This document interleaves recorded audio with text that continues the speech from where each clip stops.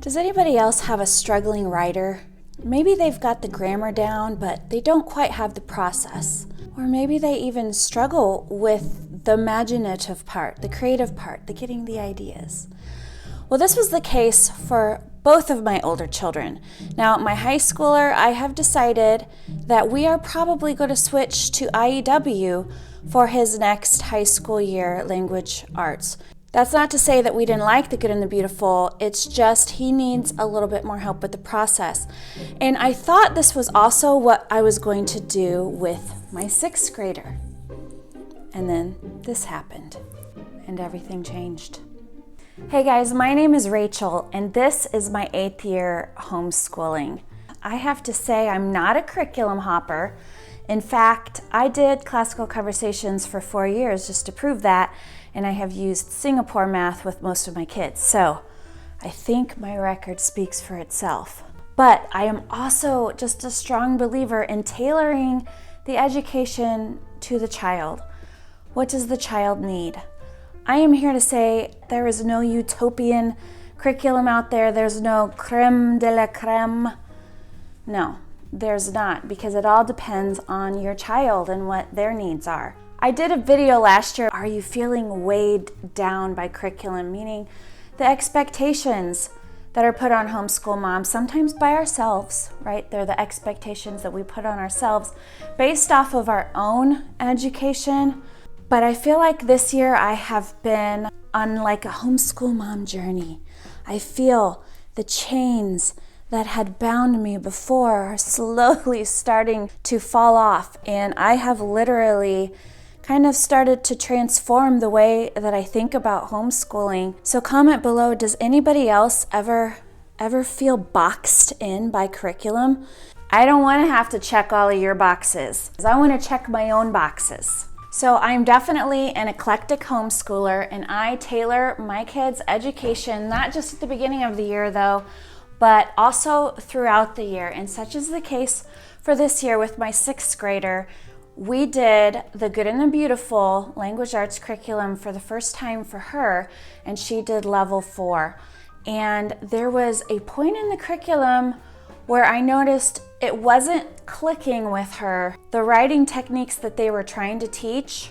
And the way that they were teaching it was different than how I had taught it from IEW before. So let me show you what specifically I'm talking about, and then we will continue on with the story. So here is just one example in the level 4 spelling and writing workshop. First of all, I don't really have a problem with how the Good and the Beautiful is teaching this. I think this is fine. It just wasn't clicking for my daughter. So I just want to make that clear, because I ended up cutting out some of the writing assignments later in this book, but as I was flipping through them, I was thinking these are really fine. Maybe it's easier if you have a child who's naturally inclined to write, but my daughter was just struggling with these exercises, varying words, rewriting it. So like right here, here's a really boring paragraph. He kicked the soccer ball. The ball flew across the field. And then they show how they can rewrite it to make it more exciting. With a grunt, he kicked the soccer ball and sent it flying across the grassy field. Definitely, like they're giving a great example of how to spice it up. And then you try it down here. So I had to help her a lot with this. So here's what my point is. Some children may be able to look at this and they may be able to read this and say, yeah, I get it. I know I can use my imagination and figure out how to rewrite this. This is where I saw a stark difference between how the Good and the Beautiful teaches this and the Institute for Excellence in Writing. Because the Institute for Excellence in Writing, what they would do if you're rewriting a paragraph here, they would have you create a keyword outline for the sentence. So the sentence keyword outline, you might write soccer ball kicked. And the next sentence, maybe ball across field might be your keyword outline. So then when you're rewriting it, you're literally only seeing the keywords. You're not necessary, and you're rewriting it most of the time, like the next day. So you're not remembering word for word what the paragraph says. So then you would rewrite it in your own words, and then the Institute for Excellence in Writing gives you step-by-step style techniques to add into your writing. So this is where, if you've watched my IEW video, it's a 2-part video about IEW and lost tools, but the first video is mostly just about IEW, where I explain their whole thought process behind their curriculum and how they teach it. Very early on, they are teaching students how and where to add adverbs. And then as they go through the units, they're teaching them different sentence openers like ing openers. So running, comma, and Andrew Pudewa will say, like, if you're doing an ing opener, the thing following the ing has to be the thing doing the ing, or some. He has some funny quip about that. But he teaches you, okay, this paper we're going to practice this particular opener. The next paper we're going to learn a new opener. This one is going to be a prepositional opener. So you're going to start with, on the field, he kicked the ball. They just systematically test one technique at a time, and you're adding it in for that week's paper each time. So it's literally easy plus one. So as the kids are learning all these new techniques, they're able to concentrate on one at a time for that paper. They have a checklist that reminds them, okay, now that you've rewritten your keyword outline into your own words, now let's go back and add descriptions like a different opener or an ly adverb, or add a very strong adjective to one of your sentences. And so then the paper is really becoming your own. I don't want to throw the Good and the Beautiful under the bus for this. It's really just the process of how to write a paper that's different, and how the Good and the Beautiful is teaching it, because they are teaching all of those elements. It's just how they're teaching it, if that makes sense. So I decided, okay, my daughter is struggling with this. You know what? I love IEW. The Good and the Beautiful has been fine for the grammar, the art, the geography. We like it for all of those reasons. It's okay if we just don't do the writing portion.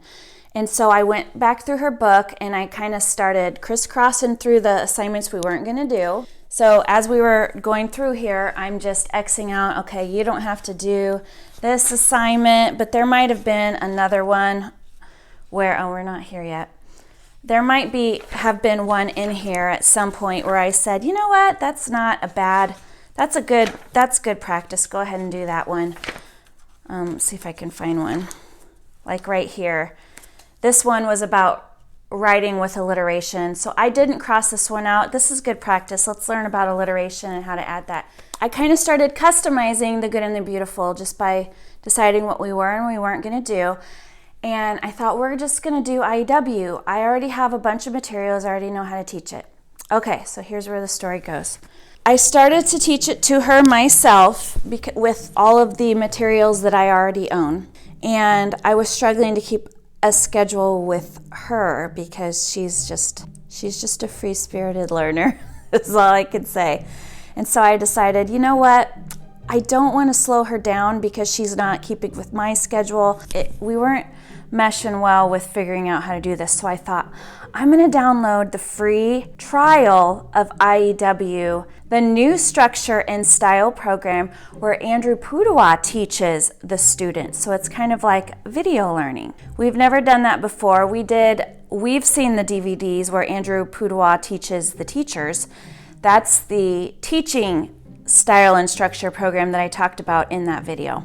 So I downloaded the free trial. I think it is, if it's 3 weeks of lessons. And I also couldn't decide, am I going to do the 3rd to 5th grade version for her or the 6th through 8th grade, because technically she's on the Good and the Beautiful level 4 here, but she's a 6th grader. Can she handle more? The free trial kind of gives you a sampling of all the levels. To make a long story short, she sampled the 3rd to 5th grade package and the 6th to 8th grade, and she didn't like them. It's like, what?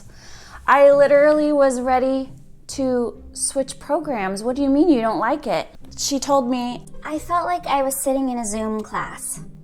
Because the video is him teaching a class. So she's watching him teach a class, but she's unable to participate.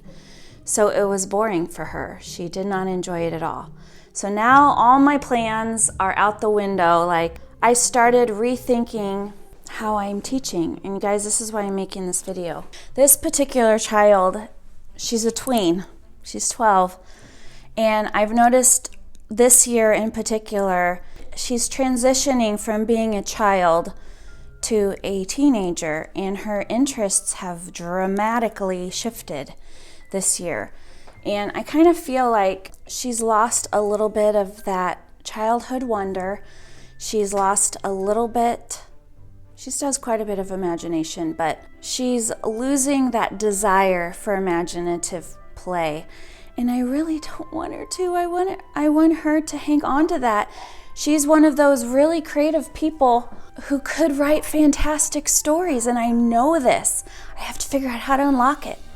So I started researching other writing curriculums and thought, I'm gonna get her buy-in, like her, what is going to pique her interest? And I ran across this other program.